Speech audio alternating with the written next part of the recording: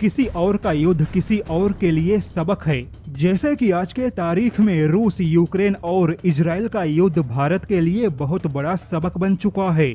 इस युद्ध में रूस और इजराइल के हथियार कैसे काम कर रहे हैं, उन हथियारों का प्रदर्शन कैसा है, रूस और इजराइल ने कौन सी गलतियां की, किन हथियारों में क्या सुधार करने की आवश्यकता है, ऐसे तमाम चीजों का भारत अच्छे से विश्लेषण कर रहा है। यानी कि रूस, यूक्रेन और इजराइल का युद्ध भारत के लिए अपने क्षमताओं को बेहतर बनाने का एक मौका बन चुका है, क्योंकि भारत के पास बड़े पैमाने पे रूस और इजराइल के हथियार हैं। ऐसे में भारत इन दोनों देशों के हथियारों का बारीकी से विश्लेषण कर रहा है। लेकिन हाल ही में इजराइल ने ईरान पर जो हमला किया और उस हमले में इजराइल ने जिन हथियारों का इस्तेमाल किया, उन हथियारों ने भारत का ध्यान आकर्षित किया है। दरअसल इजराइल की वायुसेना ने अपने लड़ाकू जहाजों से बड़े पैमाने पे एयर लॉन्च बैलिस्टिक मिसाइलों से हमला किया और इजराइल के ऐसे मिसाइल के सामने ईरान के हवाई रक्षा प्रणाली कोई प्रतिक्रिया नहीं दे पाए।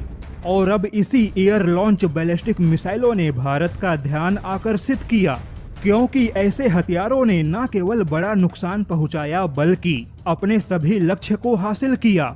हालांकि भारत के पास में या भारत के वायुसेना के पास में एयर लॉन्च बैलिस्टिक मिसाइल नहीं है, वैसे भारत के पास में इजराइल से खरीदा गया रैम्पेज मिसाइल है।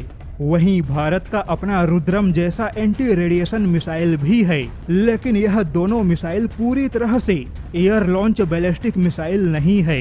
वहीं पारंपरिक बैलिस्टिक मिसाइलों के तुलना में रैम्पेज या रुद्रम जैसे मिसाइलों का दायरा सीमित है।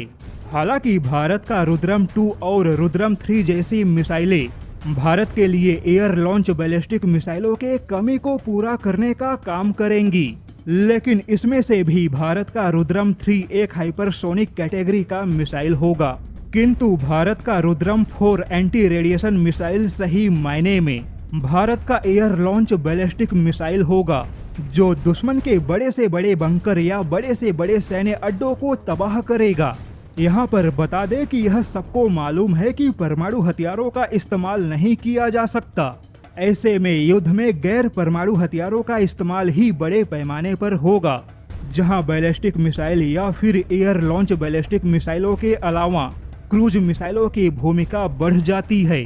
हालांकि भारत के पास में जमीन से फायर होने वाले बैलिस्टिक मिसाइलों की लंबी लाइन है, लेकिन अब भारत बहुत तेजी से हवा से फायर होने वाले बैलिस्टिक मिसाइल भी विकसित करेगा, क्योंकि भारतीय वायुसेना को एयर लॉन्च बैलिस्टिक मिसाइल काफी पसंद आ रही है।